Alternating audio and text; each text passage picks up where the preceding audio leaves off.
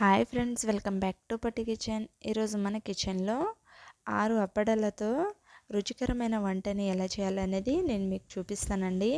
ఈ అప్పడాలతో ఇలాంటి వంటలు కూడా చేయొచ్చా అని మీరు అనుకుంటారు. సో అంత బాగుంటుంది. ఎలా ప్రిపేర్ చేయాలనేది నేను ఈ వీడియోలో చూపిస్తాను. దీనికోసం ఇలా అప్పడాలని తీసుకొని మనం వీటిని ఆయిల్లో ఫ్రై చేసి తీసుకుంటున్నాను. నేనైతే సుమారుగా 6 వరకు తీసుకుంటున్నాను. ఇలా ఆయిల్లో ఫ్రై చేసి తీసుకొని మనం వీటిని పక్కన పెట్టేసుకోవాలి. మనం దీంతో ఈ రెసిపీని ట్రై చేసినట్లయితే చాలా బాగుంటుంది. సో ఎలా చేయాలనేది సింపుల్గా చూసేద్దాము. ఒక మిక్సీ జార్ తీసుకొని మన ఈ అప్పడాలంతా ఇలా తుంచుకొని అంతా ఈ మిక్సీ జార్లోకి యాడ్ చేసేసుకోవాలి. ఇలా యాడ్ చేసుకుంటూ కంప్లీట్గా యాడ్ చేసేసుకొని మనం వీటిని మూత పెట్టి గ్రైండ్ చేసి తీసుకోవాలి. సో వీటిని ఇలా మెత్తగా పౌడర్ చేసి తీసుకుంటున్నాను. నేనైతే అప్పడాలకి పౌడర్ అయితే ఇలా చేసి ప్రిపేర్ చేసి తీసుకున్నాను. దీంట్లో పేస్ట్ కోసం నేనైతే 4 పొటాషియంని బాగా ఉడికించి తీసుకున్నానండి. వీటిని అయితే ఇలా పట్టుకోగానే ఇలా మెత్తగా ఉండేటట్టు ఉడికించుకొని తీసుకోవాలి ఆలూని. సో దీని మీద ఉన్న పొట్టంతా క్లీన్ చేసి తీసుకోవాలి. చేతితో ఇలా ఫ్రెష్ చేసుకుంటూ దీని మీద ఉన్న పొట్టంతా క్లీన్ చేసి తీసుకోవాలి. కంప్లీట్గా ఇలా పొట్టంతా క్లీన్ చేసి తీసుకున్నాక మనం వీటిని ఒక బౌల్లోకి యాడ్ చేసేసుకోవాలి. ఇలా కంప్లీట్గా ఒక బౌల్లోకి యాడ్ చేసేసుకోవాలి.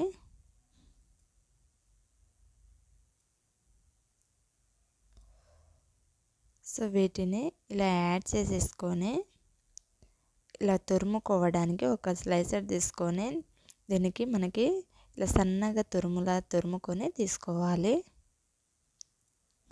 ఇలా కంప్లీట్గా మనం 4 ఆలుని ఇలా కంప్లీట్గా తురుముకొని తీసుకున్నానండి.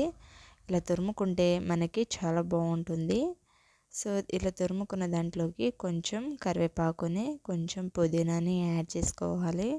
దీంట్లో ఎండుమిర్చిని నేనైతే ఇలా కొంచెం కచ్చపచ్చగా రోల్లో దంచి యాడ్ చేశాను. 2 టేబుల్ స్పూన్ వరకు బొంబాయి రవ్వని తీసుకుంటున్నాను.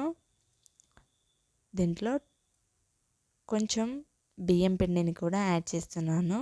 2 టేబుల్ స్పూన్ బియ్యం పిండిని 2 టేబుల్ స్పూన్ బొంబాయి రవ్వని తీసుకున్నాను. మనం ఫస్ట్గా తీసుకున్న అప్పడాల పౌడర్ని కూడా దీంట్లోకి యాడ్ చేసేసుకొని దీంట్లో కొంచెం వామ్ అని ఇలా చేతితో ప్రెస్ చేసి వేసుకున్నట్లయితే మనకి దగ్గు జలుబు ఉన్న చాలా బాగా పనిచేస్తుంది దీని ఫ్లేవర్ అనేది. సో దీంట్లో 1/2 టీ స్పూన్ వరకు సాల్ట్, 1 టేబుల్ స్పూన్ వరకు జీలకర్రని కూడా యాడ్ చేసుకోవాలి. యాడ్ చేసి అంతా ఒకసారి కలుపుకొని తీసుకోవాలి. ఇలా కంప్లీట్గా కలుపుకొని దీంట్లో కొంచెం వాటర్ని మాత్రమే యాడ్ చేయాలి. ఎందుకంటే మనం ఆలుని ముందుగానే ఉడకపెట్టి తీసుకున్నాం కదా, అందుకోసం దీనికి వాటర్ అనేది ఎక్కువ పట్టవు. సో అందుకోసం ఇలా వాటర్ అనేది కొంచెం యాడ్ చేసుకుంటూ దీన్ని ఇలా ముద్దలా చేసి తీసుకోవాలి. పిండిని చాలా బాగా కలుపుకొని తీసుకోవాలి. ఇలా కలుపుకున్నాక దీన్ని ఇలా కంప్లీట్గా 10 మినిట్స్ పాటు నానబెట్టి తీసుకోండి మీ దగ్గర టైం ఉంటే. సో నేనైతే ఇలాగే చూపిస్తున్నాను. నేనైతే కొంచెం పిండి ముద్దని తీసుకొని ఇలా బుల్లెట్ షేప్లో ప్రిపేర్ చేసి తీసుకుంటున్నాను.